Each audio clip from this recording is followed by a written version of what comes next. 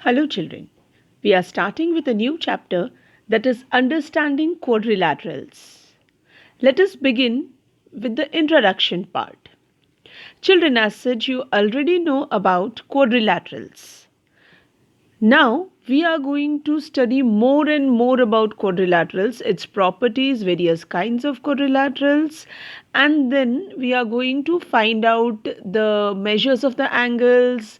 We are going to think about their angles and all. Let's begin with the initial part. But before we proceed to quadrilaterals, we must know some basic concepts. With these basic concepts, slowly we will move to quadrilaterals. Now, let us begin with a curve. Now, what do you understand by curve? That's a curve.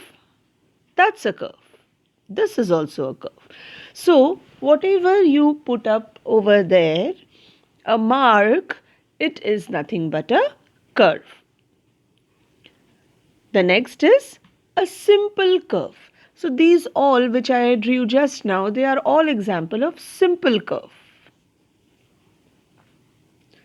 Then there are open curve. Finally, there are closed curves.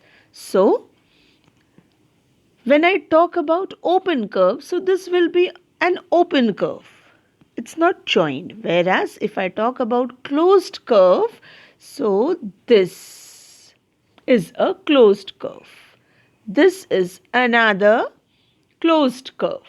So I hope by looking at the figure you can make out that the starting point and the ending point of an open curve, it is different, whereas the starting point and the ending point of a closed curve, that is same. It starts from wherever it reaches there. That's the closed curve.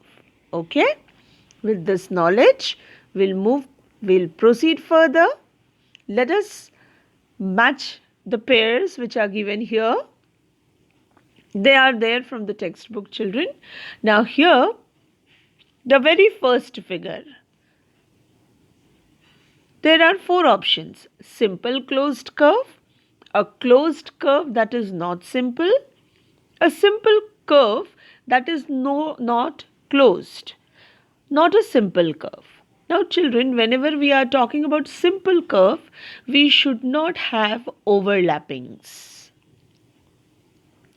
That means the curve part or the line which you are drawing must not be one on the another. It should not cross.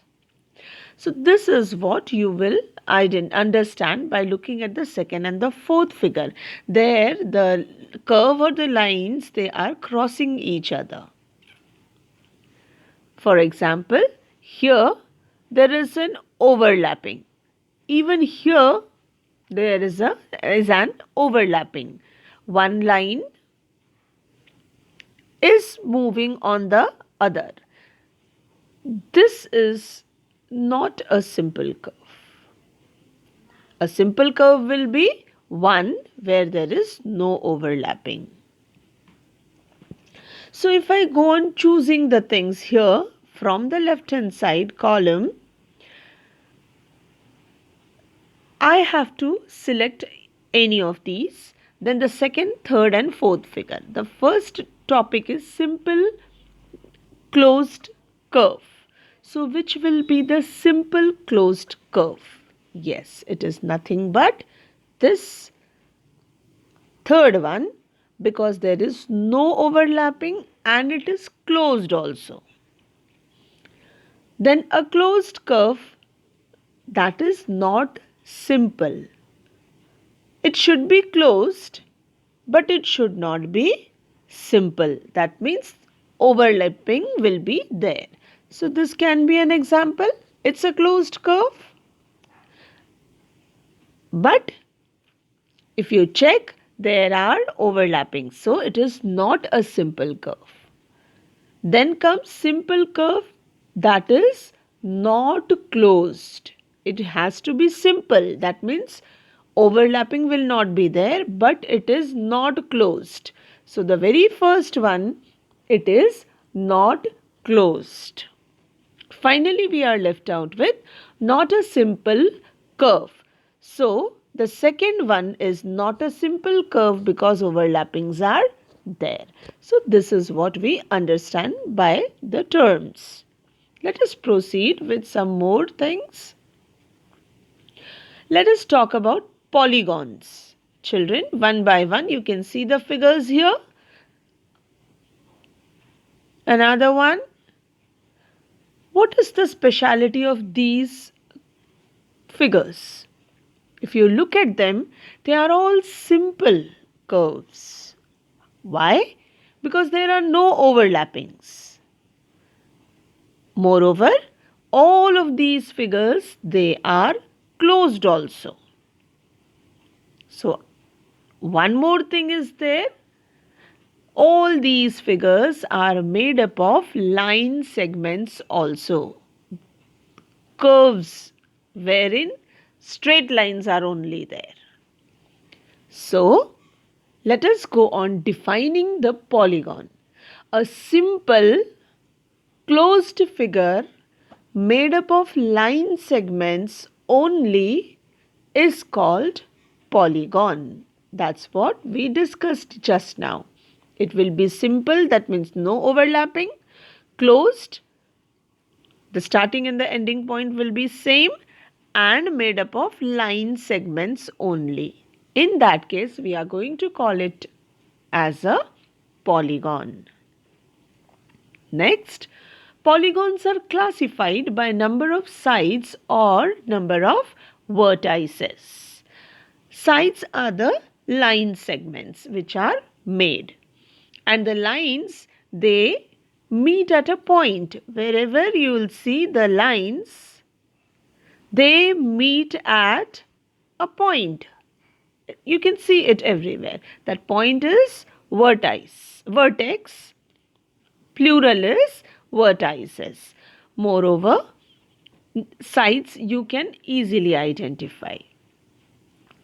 Now, when we go on naming the polygons, we name them or we classify them according to the number of sides or the number of vertices. We have a lot of things to study in the next slide. Let's move here. Number of sides. The very first column, it is number of sides or vertices.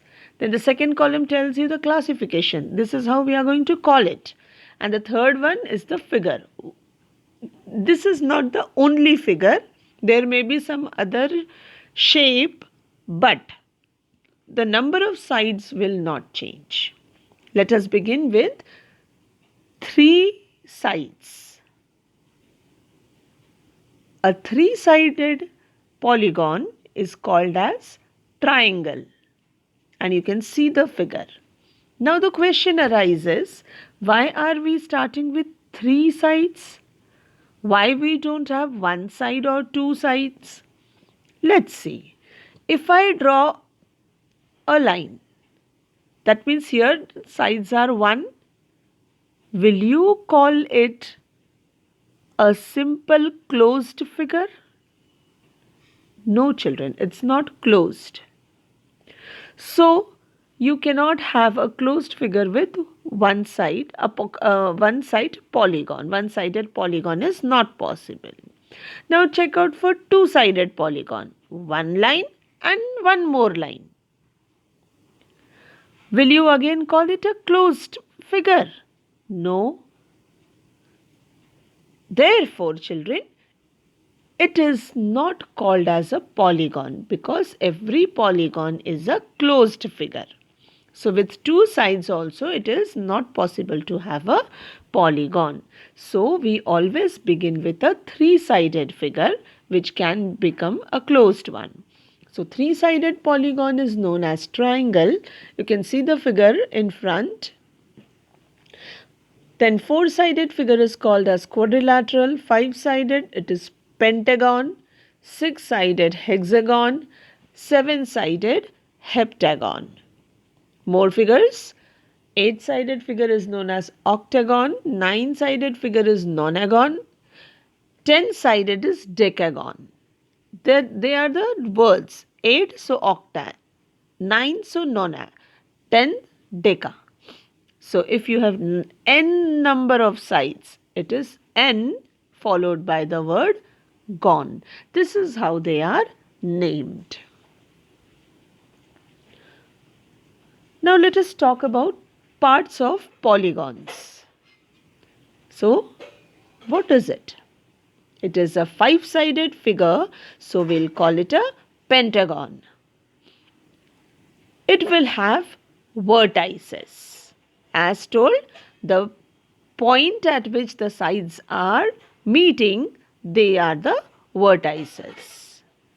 Next, angles. So you can see this is one angle, this is another, one more, one more, one more.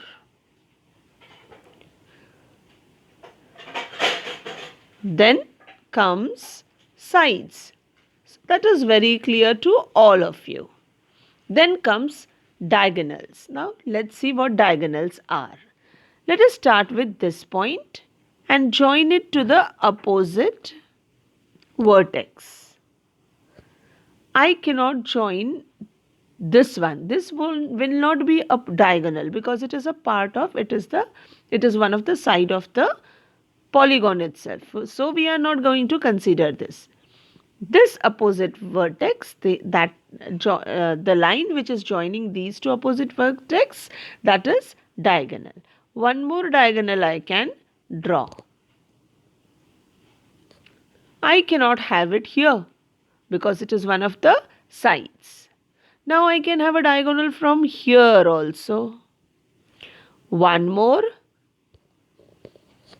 Then from the next vertex, one is already made. This one is already made.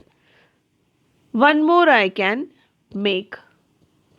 From the next vertex, two diagonals are already made.